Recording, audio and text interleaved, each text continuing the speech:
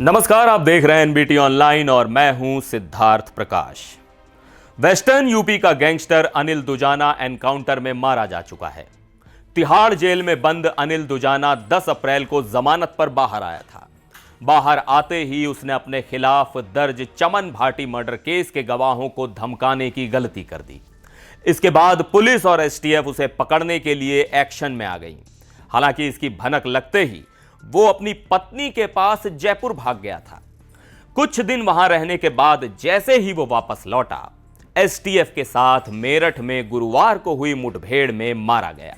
दुजाना पर 18 मर्डर समेत रंगदारी, लूटपाट, जमीन पर कब्जा छुड़वाने और आर्म्स एक्ट समेत 65 केस दिल्ली एनसीआर के अलग अलग थानों में दर्ज थे।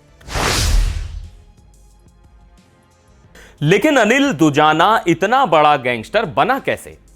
बताते हैं कि एक समय था जब पश्चिमी यूपी का यह दुर्दांत अपराधी गाजियाबाद नगर निगम में पार्किंग की पर्ची काटा करता था। लेकिन उसके शौक छोटे मोटे नहीं, महंगे थे। पार्किंग की पर्चियां काटने से होने वाली कमाई से वो अपने शौक पूरे नहीं कर पाता था और अपने शौक पूरे करने के चक्कर में उसने दूसरे गैंगस्टरों के लिए काम करना शुरू कर दिया। उस दौरान वो अपने ही गांव के टीटू नाम के एक लड़के के साथ रहने लगा।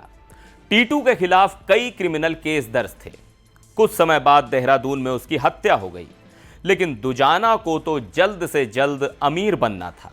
इसके बाद वो कुख्यात अपराधी सुंदर भाटी के संपर्क में आया और बादलपुर थाने के दुजाना गांव के अनिल की आपराधिक शुरुआत कुख्यात सुंदर भाटी के शूटर के रूप में हुई।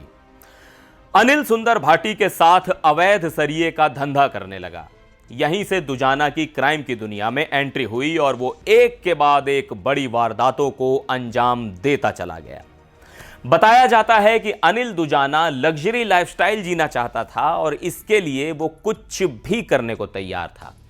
यही वजह थी कि आसपास इंडस्ट्रियल एरिया होने के बावजूद उसे नौकरी करने में कोई दिलचस्पी नहीं थी। लेकिन उसे लग्जूरियस लाइफस्टाइल चाहिए था।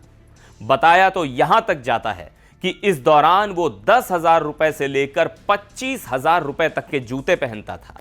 इतना ही नहीं, जो घड़ी वो पहनता था उसकी कीमत भी 1.5 लाख से ज्यादा बताई जाती है। उसे महंगी कारों का भी शौक था। करोड़ों रुपए कमाने के बाद उसे नाम कमाने की ललक भी लग गई।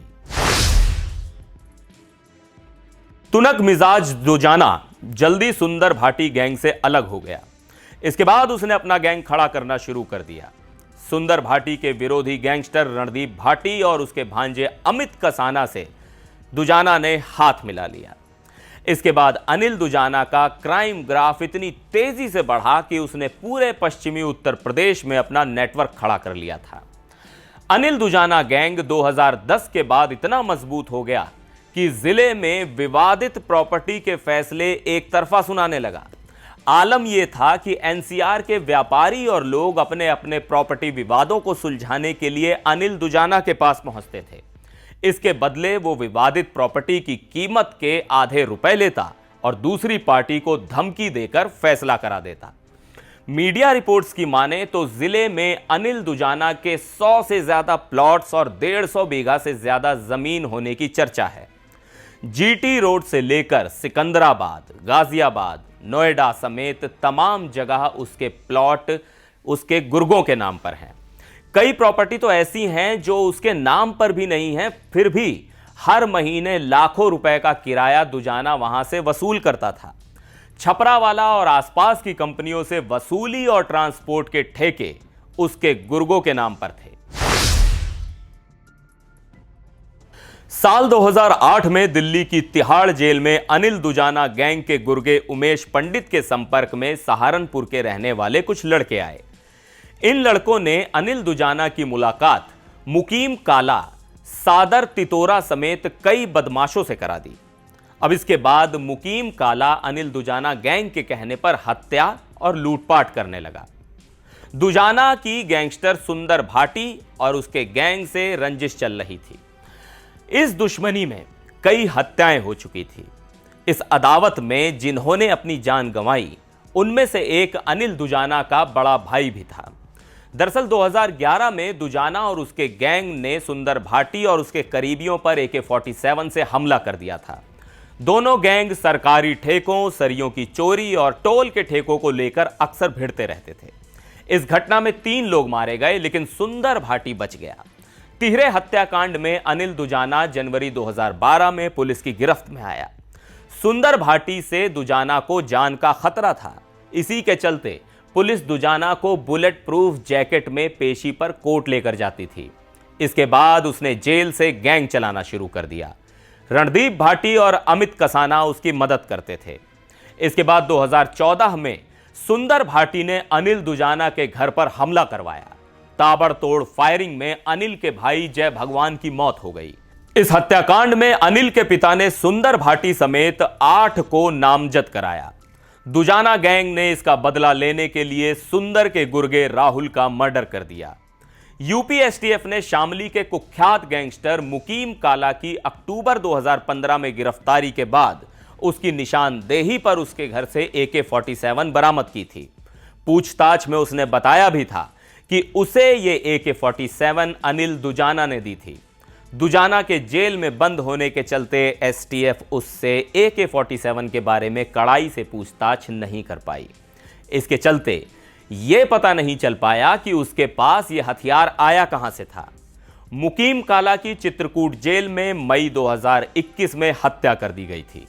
अनिल दुजाना बुलंदशहर जेल में रहते हुए उमेश पंडित और विक्की सुनहरा के संपर्क में आया। विक्की ने मुन्ना बजरंगी से मुलाकात कराई, जिसके बाद दिल्ली में रेलवे के सरकारी ठेके लेने में मुन्ना बजरंगी ने अनिल दुजाना की मदद की। अनिल ने दिल्ली रेलवे में ठेके अपने परिचितों के नाम पर लिए थे। मुजफ्फरनगर जेल में अनिल दुजाना ने परीक्षितगढ़ के कर्नल गिरी, मेरठ के नीरज, बागपत के ज्ञानेंद्र ढाका समेत दर्जनों बड़े बदमाशों को अपने गैंग में शामिल कर लिया था। जनवरी 2021 में वो 9 साल बाद जमानत पर बाहर निकला। हालांकि कोर्ट में केस चलने के दौरान अनुपस्थिति को लेकर उसके खिलाफ गैर जमानती वारंट जारी किया गया था। इसके बाद जनवरी 2022 में दिल्ली के चिल्ला गांव में गिरफ्तारी के बाद दुजाना तिहाड़ जेल चला गया था। आधिकारिक सूत्रों के अनुसार गिरफ्तारी से पहले ही उसने पूजा को जयपुर शिफ्ट कर दिया था। 10 अप्रैल को जमानत पर छूटने के बाद वो पूजा और अपनी 6 महीने की बेटी के पास जयपुर चला गया था। चमन भाटी हत्याकांड में जल्द ही कोर्ट से दुजाना पर फैसला आने वाला था। इसके चलते उसने मामले में गवाहों को धमकाना शुरू कर दिया। इन 2 मामलों की 20 अप्रैल को सूरजपुर और 27 अप्रैल को दादरी थाने में उसके खिलाफ केस दर्ज किया गया था। इसके बाद से पुलिस और एसटीएफ की टीमें उसे तलाश कर रही थीं। अमित दुजाना उत्तर प्रदेश के टॉप बदमाशों में शामिल था। कुछ दिनों पहले यूपी सीएमओ ऑफिस से टॉप 65 माफिया की लिस्ट जारी की गई थी, जिनमें अमित दुजाना का नाम भी शामिल था। इसमें पुलिस ने बताया कि गौतम बुद्ध नगर में 7 कुख्यात बदमाश हैं। इनमें से 6 इस समय जेल में हैं और अनिल दुजाना का अब एनकाउंटर हो चुका है। यूपी एसटीएफ चीफ अमिताभ यश ने बताया कि दुजाना पर उनकी टीम काफी समय से नजर रखे हुए थी, क्योंकि वो लगातार वसूली के काम में लगा हुआ था। वो 4 मई को कोई बड़ी घटना को अंजाम देने जा रहा था, लेकिन पुलिस ने उसे घेरा और जवाबी कार्रवाई में वो ढेर हो गया। एनकाउंटर में उसके पास से अत्याधुनिक हथियार भी बरामद हुए हैं। एसटीएफ चीफ के मुताबिक अनिल दुजाना ऑटोमेटिक हथियारों से अपराधों को अंजाम देता था, जिस वजह से उसका बहुत खौफ था। एनबीटी ऑनलाइन पर आज के लिए बस इतना ही। फिलहाल मुझे दीजिए इजाजत। नमस्कार।